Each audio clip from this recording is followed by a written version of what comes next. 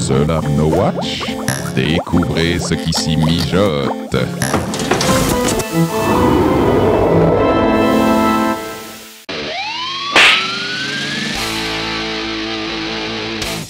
Salut à tous, bienvenue dans Slap, le podcast qui claque pour ne rien rater de l'actu des séries. Cette semaine, un flic prend sa retraite, un producteur prend sa revanche et deux sœurs tentent d'échapper à leur destin.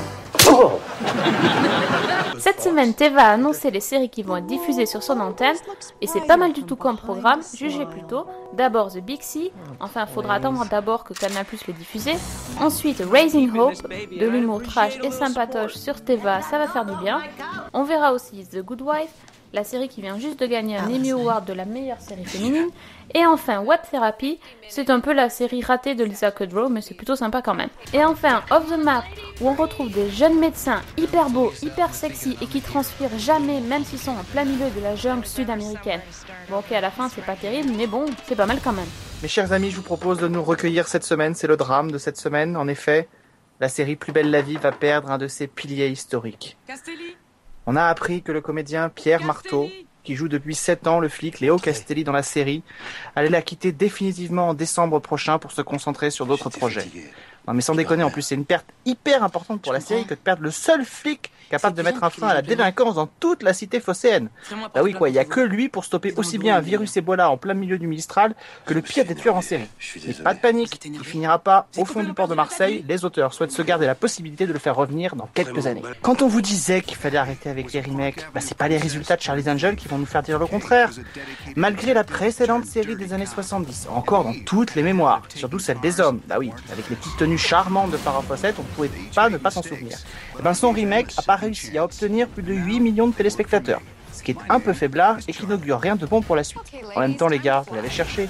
Non mais c'est vrai, hormis les petites tenues légères des comédiennes, il n'y avait pas beaucoup d'intérêt déjà à regarder la première série de Harold Spelling. Alors vous pensez bien que son remake... Vous en avez rêvé, CBS l'a fait. Jack Bauer va bientôt revenir sur nos écrans dans la nouvelle série Touch.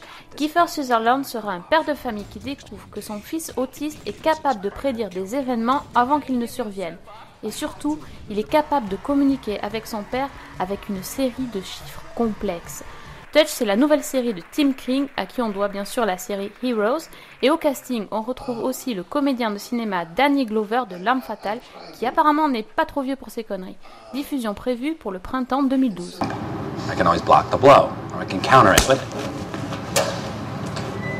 Le triomphe de la semaine, c'est celui de Ashton Kutcher dans Mon oncle Charlie. Il priait pour que ça n'arrive pas, et bien Ashton Kutcher l'a fait. Le record pour la série Mon oncle Charlie est explosé pour le premier épisode de la série sans Charlie Sheen, avec plus de 28 millions de téléspectateurs, soit le plus haut score de la série depuis son lancement.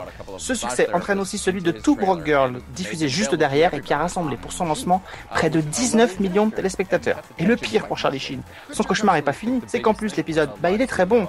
Bon, en même temps on s'enflamme pas, parce que plus on monte haut, plus la chute est dure derrière. Donc combien seront encore là la semaine prochaine?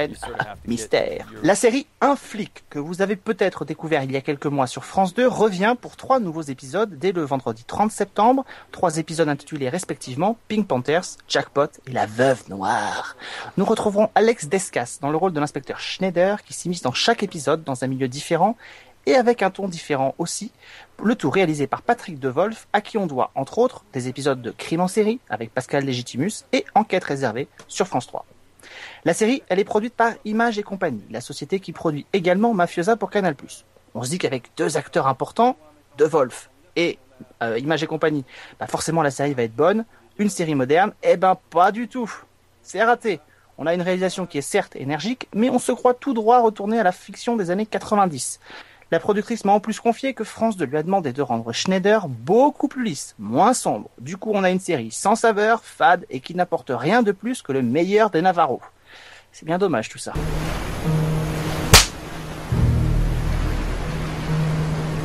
Cette semaine, s'il ne faut acheter qu'un seul DVD, il faut acheter Dexter, saison 5. La fin de la saison 4 a laissé Dexter face à une culpabilité écrasante et en plus il doit faire face à de nouvelles responsabilités.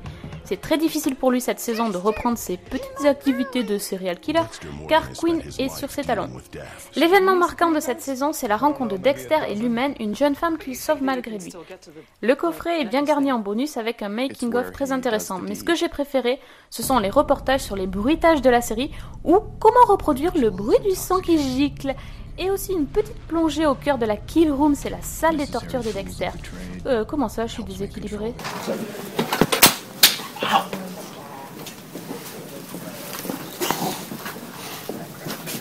Eric Stonestreet de Modern Family va jouer dans American Horror Story, la nouvelle série de Ryan Murphy à qui on doit Nip Tuck.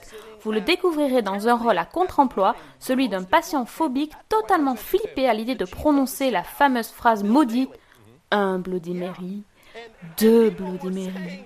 Stop! T'es folle malade, faut pas le prononcer, tu veux qu'on se fasse tous étriper ou quoi? Ah oui, pardon. Dean Norris de Breaking Bad sera dans la saison 4 de Castle. Dans cet épisode, Richard Castle et sa mère vont se retrouver en plein milieu d'un braquage de banque qui va vite tourner à la prise d'otage. Dean Norris sera le négociateur qui va essayer de les sortir de là. Gilles Marini, le beau gosse de Brothers and Sisters, sera dans un épisode de la saison 3 de Modern Family, mais également dans la sitcom Are You There, Vodka et Meet Chelsea, où il sera un chef français dont Chelsea va tomber amoureuse. On parie qu'elle va lui dire « Voulez-vous coucher avec moi ce soir ?» On va bientôt retrouver Drea De Matteo, des Sopranos, dans la série Les Experts Miami.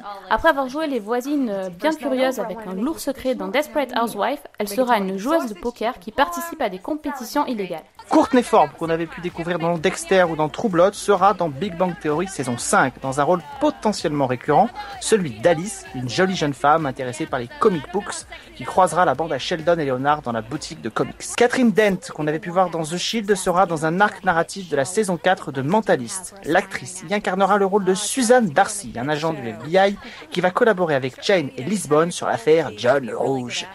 Dent débarquera dans la série policière à l'épisode 7 de la saison 4, réalisé par Simon Baker himself, et prévu sur CBS pour le 3 novembre prochain. On termine enfin avec l'extraordinaire Katie Holmes, que l'on avait pu voir cet été dans les Kennedy. Eh bien, elle sera la Slutty Pumpkin dans How I Met Your Mother saison 4, une fille déguisée en citrouille que Ted avait croisée lors d'une fête d'Halloween dans la saison 1. Depuis, chaque année, Ted se rend à la même fête, dans le même déguisement pour avoir une chance de croiser à nouveau son chemin, celui de la citrouille de sa vie.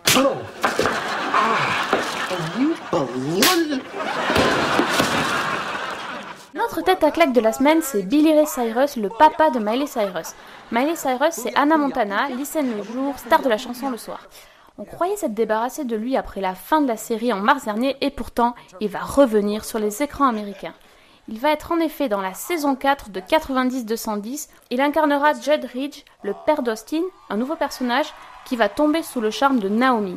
Il sera une star de la musique country et ça sera très facile pour l'acteur de jouer ce rôle puisque lui aussi fait des albums de country. Rappelez-vous, son dernier rôle au cinéma, c'était dans le film d'auteur Hannah Montana The Movie, pour lequel il a reçu un Raspberry Award, l'équivalent de nos Gérard qui récompense les pires acteurs de l'année. Et comme on n'est pas médisant pour deux ronds, on lui souhaite bonne chance pour la suite de sa carrière. On termine cette semaine Slap avec les images du retour à la télévision de Sarah Michelle Gellar dans la série télé Ringer, diffusée sur la chaîne CW. La comédienne y campe Bridget, une ancienne alcoolique qui, suite à la disparition de sa sœur jumelle Siobhan, décide de prendre sa place pour échapper à la mafia. Ne tarde pas à découvrir qu'elle n'est peut-être pas plus en sécurité dans cette peau que dans celle d'avant. On se retrouve la semaine prochaine pour une nouvelle distribution de claques. On parlera notamment de la série Mr. Sunshine avec Matthew Perry qui arrive sur Orange, de Foudre saison 5 qui sort en DVD, ou encore de la nouvelle série fantastique britannique The Fades. Bonne semaine à tous, ciao!